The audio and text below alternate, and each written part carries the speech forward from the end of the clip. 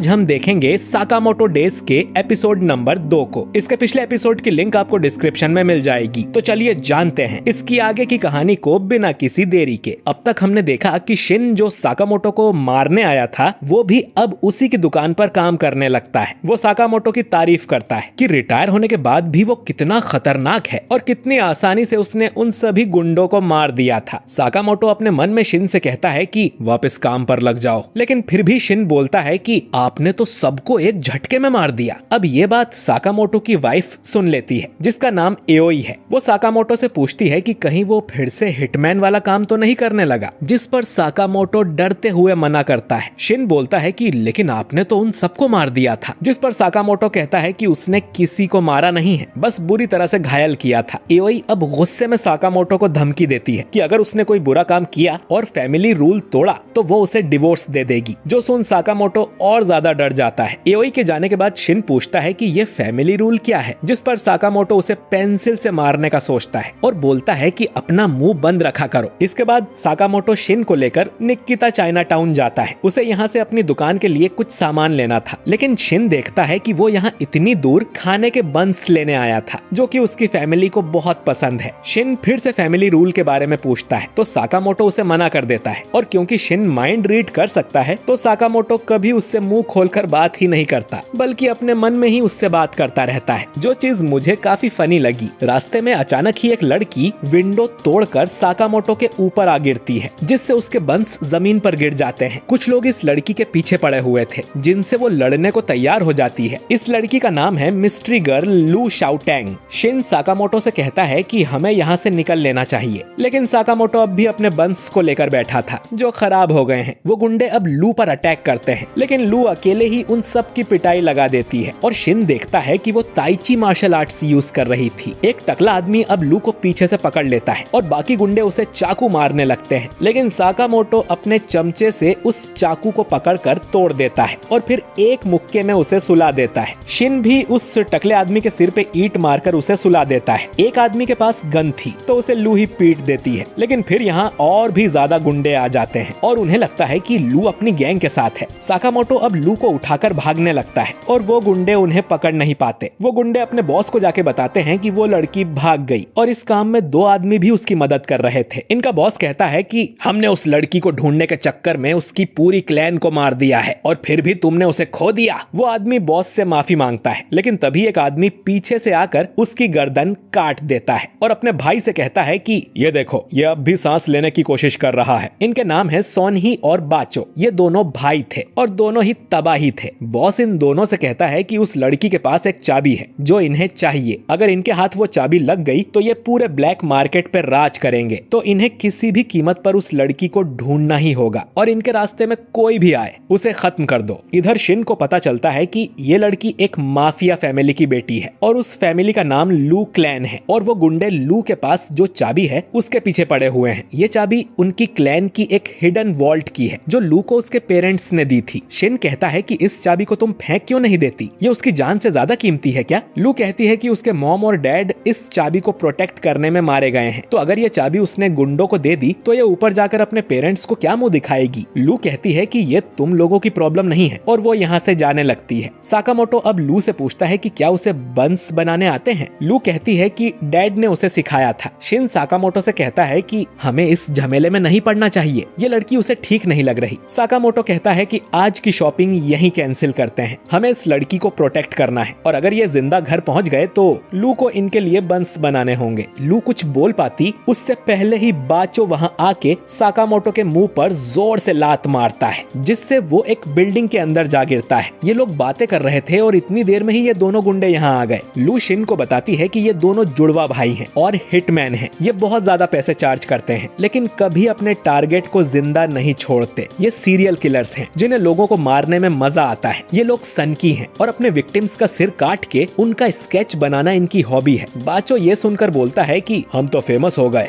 जिस पर सोन ही कहता है कि हम हिटमैन हैं, लोगों को हमारे बारे में ज्यादा पता नहीं होना चाहिए। शिन तभी सोन ही को मारने आता है, लेकिन सोन ही उसका हाथ पकड़ लेता है और पूछता है कि तुम गुस्सा हो क्या कि हमने तुम्हारे दोस्त को मार डाला। शिन अब कहता है कि तुम्हें लगता है कि वो मर गया, तुम कितने बुद्धू हो, कोई नौसिखिया हिटमैन ही होगा जिसे साकामोटो के बारे में नहीं पता है। बाचो अब लू के पीछे जाता है और उसे मारने की कोशिश करता है, लेकिन साकामोटो यहाँ आकर एक मुक्के में उसे सुला देता है, जिससे उनके नीचे की छत टूट जाती है। सोन ही साकामोटो से पूछता है कि तुम कौन हो, जिस पर साकामोटो बोलता है कि राजमा के बंस भी अच्छे लगेंगे। छत तोड़कर ये लोग एक किचन में आ गए थे। सोन ही लू से कहता है कि चाबी हमें दे दो तो तुम्हें आसान मौत मिलेगी। लू बोलती है कि ये उसके पेरेंट्स की आखिरी निशानी है, तो वो इसे कभी नहीं देगी। सोन ही बोलता है कि तुम्हारे पेरेंट्स ने भी यही बोला था जब मैंने उन्हें मारा था।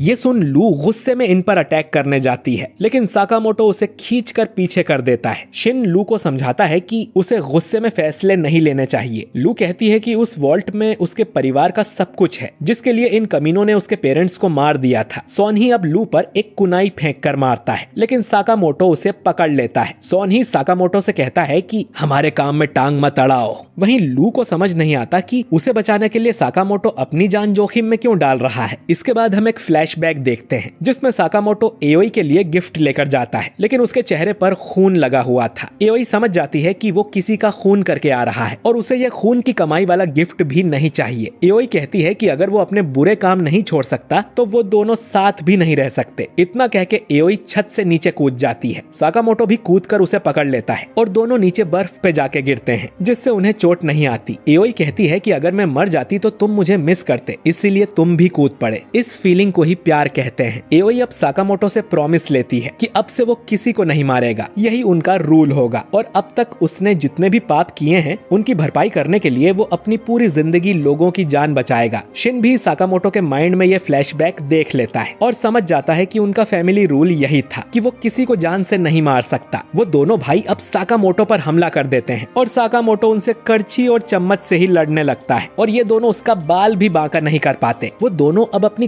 कास्ट आयरन टेक्निक से एक साथ साकामोटो पर हमला करते हैं और उसे काटने की कोशिश करते हैं, लेकिन साकामोटो उन सभी अटैक्स को डॉज कर देता है, बल्कि उसकी एक नस खिंच जाती है, जिस पर शिन बैंडेड लगा देता है। सोन ही सोचता है कि उनके इस अटैक से आज तक कोई नहीं बच पाया है, फिर इतना बड़ा होने के बाद भी साकामोटो पर एक खरोच भी कैसे नहीं आई। इसके बाद ये अपनी और खतरनाक टेक्निक यूज करने का सोचते हैं, लेकिन साकामोटो बाचो के सिर पे एक बर्तन दे मारता है और सोन ही का हथियार तोड़ देता है। सोन ही अब साकामोटो को छोड़कर लू की तरफ जाता है, लेकिन शिन उसका दिमाग पढ़कर उसे पीछे खींच लेता है और फिर साकामोटो उसके सिर पे फ्रिज दे मारता है और दोनों भाई की बत्ती गुल हो जाती है, जिन्हें शिन एक रस्सी से बांध देता है। लू पूछती है कि आखिर तुम दोनों हो कौन, जिस पर साकामोटो कहता है कि हम एक दुकान पर काम करते हैं। इधर बॉस गुस्सा हो रहा था, ये सोन ही और बाचो कहाँ रह गए। वो खजाने से भरा वॉल्ट उसके सामने ही था, लेकिन उसे खोलने के लिए उसे चाबी चाहिए। तभी साकामोटो और शिन बाचो और सोन ही को लेकर यहाँ आ जाते हैं। बॉस को समझ नहीं आता कि ये दोनों अंदर कैसे आ गए। तभी लू पीछे से आकर बॉस की गर्दन पे चाकू रख देती है, जिसे देख बॉस रोते हुए माफी मांगने लगता है। अब लू उसे जान से तो नहीं मारती, लेकिन उसकी बुरी तरह से धुलाई कर देती है और बोलती है कि हर बात पे लोगों को मारना ही जरूरी नहीं होता, हमें पास्ट भुलाकर एक हैप्पी लाइफ जीना चाहिए, ऐसा उसके डैड कहा करते थे। इसके बाद लू उस चाबी से वॉल्ट को ओपन करती है। उसमें खजाना पड़ा हुआ था, लेकिन साथ में कुछ किताबें, सीडी और खिलौने भी रखे हुए थे। एक किताब में लिखा हुआ था कि लू क्लैन का जो हेड होगा उसे अपना सबसे कीमती आइटम यहाँ रखना पड़ेगा। तो अलग अलग हेड ने अलग अलग आइटम यहाँ रखे हुए थे। लू के डैड ने एक ड्रिंक छोड़ी हुई थी जो वो लू के बड़े होने पर उसके साथ पीना चाहता था। इसके बाद साकामोटो अपने बंस निकालता है जो उसने अभी तक रखे हुए थे। ये कुचले गए थे, लेकिन अब भी स्वादिष्ट लग रहे थे और तीनों उन्हें खाने लगते हैं। अगले दिन से लू भी साकामोटो के यहाँ काम करने लगती है। वो यहाँ पर पोर्क बन बनाया करेगी। शिन बोलता है कि तुम्हारे पास तो इतना बड़ा खजाना है, जिस पर लू कहती है कि वो अपनी खानदानी चीजों का यूज थोड़ी करेगी। साकामोटो शिन से कहता है कि अब वो भी उसकी फैमिली का हिस्सा बन गया है, तो उसे भी फैमिली रूल को फॉलो करना पड़ेगा कि वो किसी को जान से नहीं मारेंगे। दूसरी तरफ हम एक मीटिंग देखते हैं, जिसमें हमें पता चलता है कि साकामोटो के सिर पे इनाम रखा हुआ है। जो भी उसको मारेगा उसे पूरे 1